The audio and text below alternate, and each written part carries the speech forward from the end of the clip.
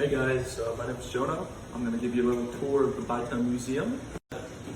So a lot of people don't know this, but the Rideau Canal was actually originally a military project. Here, this is a map of the St. Lawrence River. United States here, Upper and Lower Canada up here.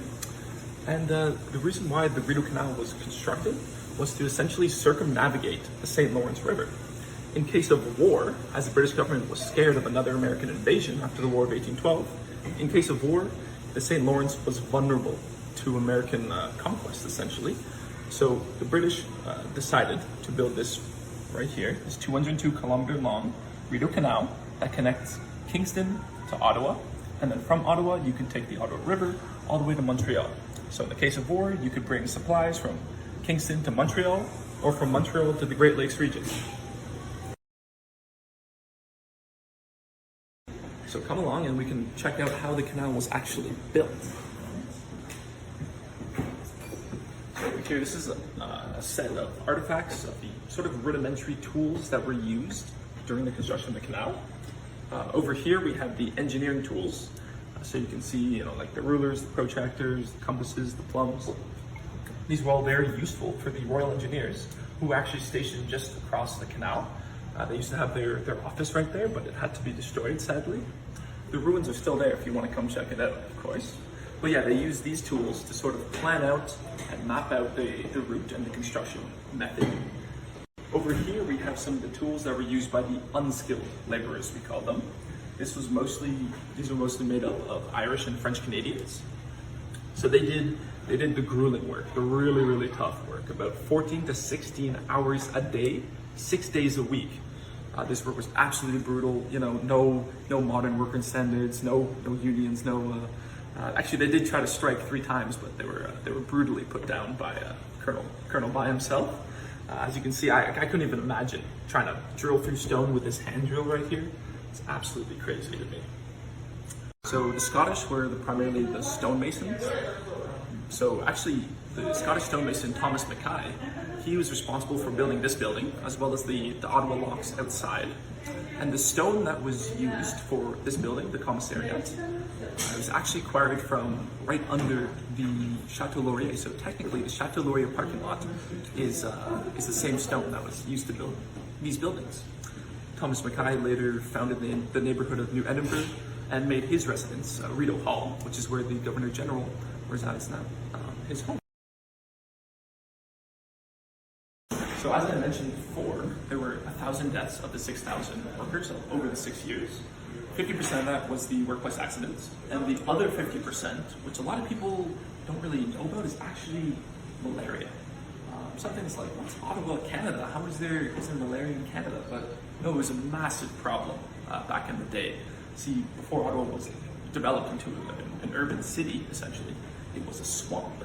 And swamps are perfect breeding grounds for mosquitoes, which are the harbingers of this terrible, terrible disease.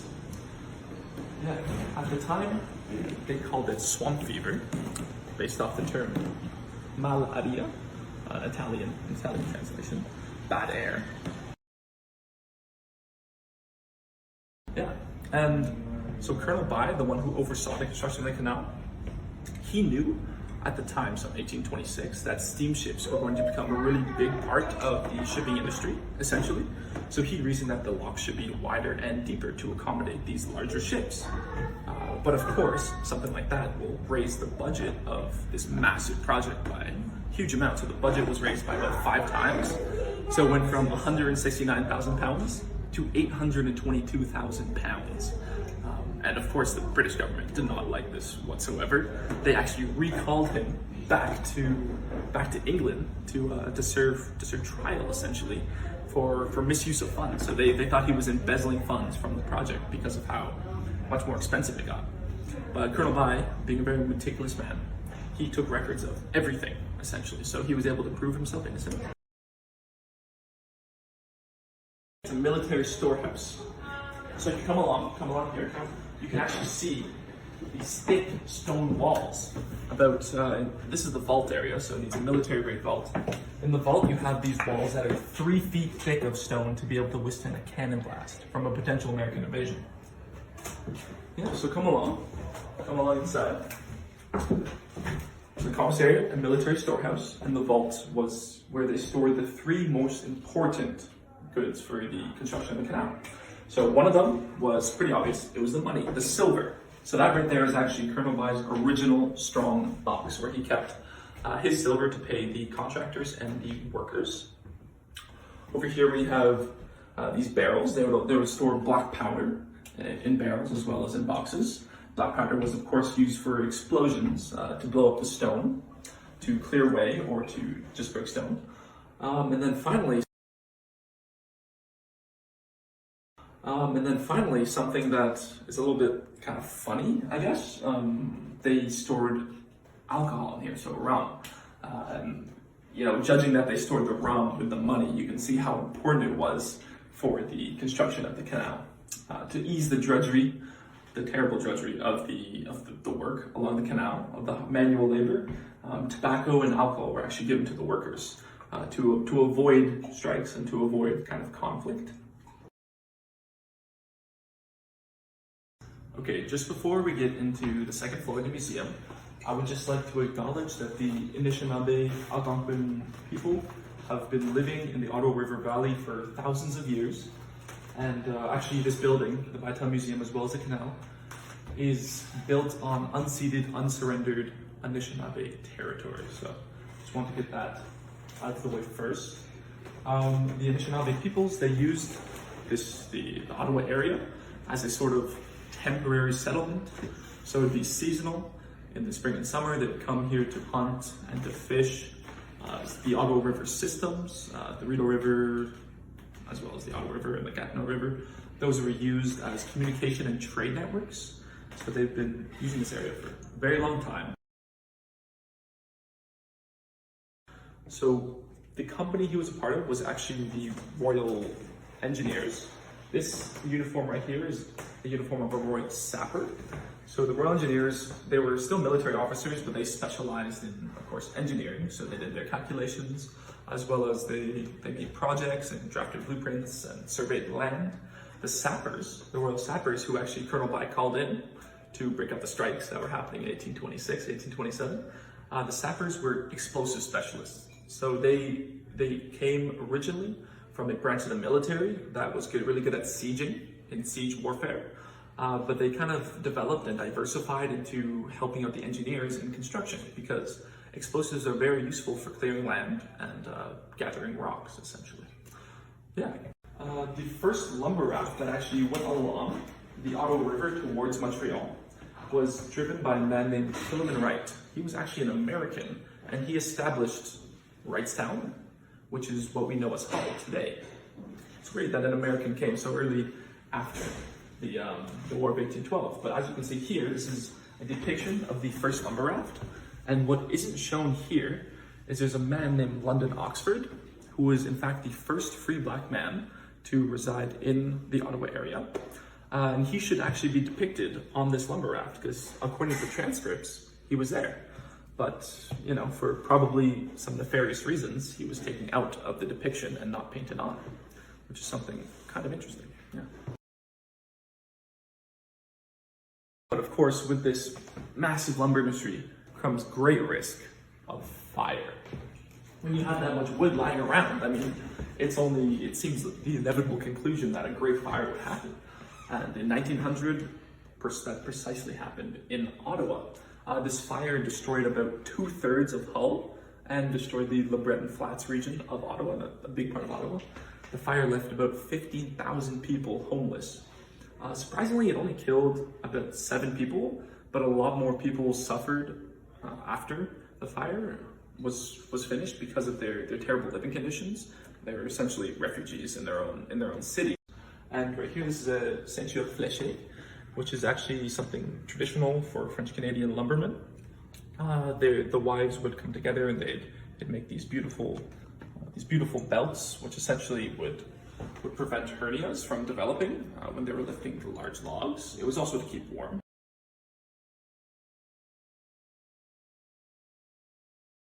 But this is when the lumber industry was still kind of small, so there weren't that many jobs to go around. And the French Canadians already had a good foothold into the industry, but the Irish Canadians did not. So this created a conflict known following, like in the 1830s, 1840s, known as the Shiners' War. So the Shiners were gangs of Irish Canadians who would get together and essentially they turned to crime in order to pay off their, to live, right? There was actually one story where the leader of the Shiners, Peter Allen, he brought his gang to the bridge that was over Chaudière Falls, and they would charge rent essentially, or charge like a toll to go across the bridge from Hull to Ottawa or to Bytown. And this was completely illegal because the bridge was owned by the government. So that was a little interesting. What the Shiners would also do was kind of a pseudo form of piracy. I know that sounds kind of funny, but so because of all this violence and this recklessness and this crime, Bytown actually got the nickname Brawling Bytown due to its violent reality. It was actually the most violent city in all of British North America, which is kind of a fun fact, but also kind of a sad fact. So I'll leave you with that. Yeah. Of course, with all this crime and these gangs, there was a lot of illegal taverns that opened up, a lot of illegal taverns and brothels, and they would sell this raw white whiskey called Poitin, which was terrible for your body. Do not drink this, please, at home. Battle between the upper and lower town markets. Yeah, right here, this is an image of actually the first Syrian-owned shop that was in Ottawa. It's a man named Abraham. So this is when Bytown kind of started growing a lot more, and accepting a lot of immigrants from various different places. Yeah, and then we'll go see the flyers up next.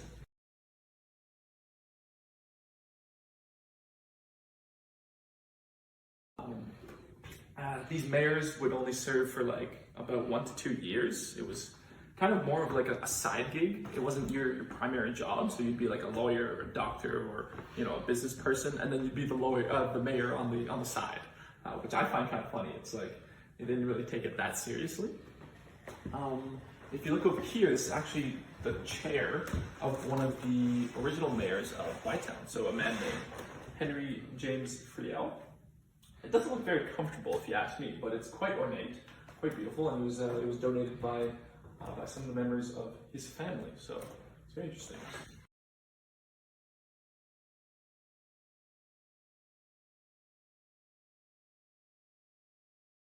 So the first reason was that Ottawa was kind of a bridge between French and English Canada. So say for instance, if Kingston or Toronto were chosen as the capital, this could anger the French populations in Montreal and Quebec City. On the other hand, if Montreal and Quebec City were chosen as the new capital of Canada, this would anger the Anglophone populations of Upper Canada. So Ottawa was kind of this like compromise. It was right on the border between Upper and Lower Canada, had a pretty substantial French Canadian population. About 30% of Ottawa was actually French Canadian. Yeah, so it's kind of like this compromise between the two things. Another reason that Ottawa became the capital was because it was a little bit farther away from the American border, which of course is really good in case of invasion. Pretty much Queen Victoria, after her husband died, she decided to mourn her husband for 40 years following this, and this kind of had a profound impact on the cultural practices at the time. Come over here, you can see some of the other weird practices kind of surrounding death. These are examples of this kind of like death photography. So because photos were so expensive at the time, a lot of the time people didn't have a picture of themselves during their lifetime. So the solution to that was to have people take pictures after they died. So most likely the case was that the people in those photos were actually already dead once those photos were taken. In Britain, they actually took it one step further, where they do family photos with one of the members who had recently died. That is beyond creepy to me. This is another example of a very strange cultural practice. This is a hair wreath. So it's made of human hair, and it worked kind of like a reverse family tree. So you'd have when one of the family members would die of the greater family, you would take some of their hair and then you'd weave it in. You see the 33. This is a remake of the famous painting depicting the 33 founding fathers of Canada. We kind of copied America's name for that. Here you can see the first Prime Minister of Canada. Yeah, his name was John A. Macdonald. He was within the Conservative, the Tory party. And over here, this is someone that actually relates to Ottawa specific history, a man named Thomas D'Arcy McGee. This is another image of him. He was a very prolific writer, and actually early in his youth, he was quite the Irish radical. He supported minority rights, but he had kind of moderated closer to Confederation, and this really angered the Fenians. The Fenians were this radical Irish group that Thomas D'Arcy McGee was actually a part of when he was younger, during his more radical days. And the Fenians found this to be a complete betrayal, the fact that Canada deserved to become a nation, essentially. You might be asking why we have this big British flag here, this Union Jack. Well, in 1916, Parliament actually burned down. There was a great fire within Parliament. And this flag over here and some of the trinkets we got over here were actually saved from the fire. You can still see some of the burn marks on the flag while it was being saved, essentially. So this fire in 1916, it was absolutely massive. And because it was in the middle of World War I, World War I happened from 1914 to 1918, people actually thought this was like a sort of German conspiracy. Like the Germans had made it into Canada and they burned down the Parliament building. But this probably wasn't the case. It was more likely that the fire was started from parliamentarians smoking their cigars and throwing their kind of lit cigars into waste paper bins. This is right here. This is a kind of a memorandum to our boys in khaki, the soldiers from the Ottawa region who fought within this Boer War. Over here, this is a Bible, a pocket Bible from an Ottawatonian soldier. It actually saved his life. You can see if you come in really close, you can see the bullet that pierced the Bible. And yeah, so this pocket Bible that was in his chest pocket definitely straight up just saved his life, which I find absolutely a miracle. Canada started to have this like divide between French and English Canada. When Britain requested more troops, Prime Minister Robert Borden wanted to institute something called conscription, which is like forced military service for all people. They would kind of just like pick from a hat and decide who would be sent off to war. And the large part of the French Canadians in Canada did not want this at all, because they believed it was a war, just some colonial war in, super far away that Canada should have nothing to do with. So we shouldn't be forcing people to go and fight in this war. So this created like a political tension that would actually lead to greater Canadian autonomy later on after the war. So yeah, thanks for listening to this presentation today, and I hope you guys have a great day.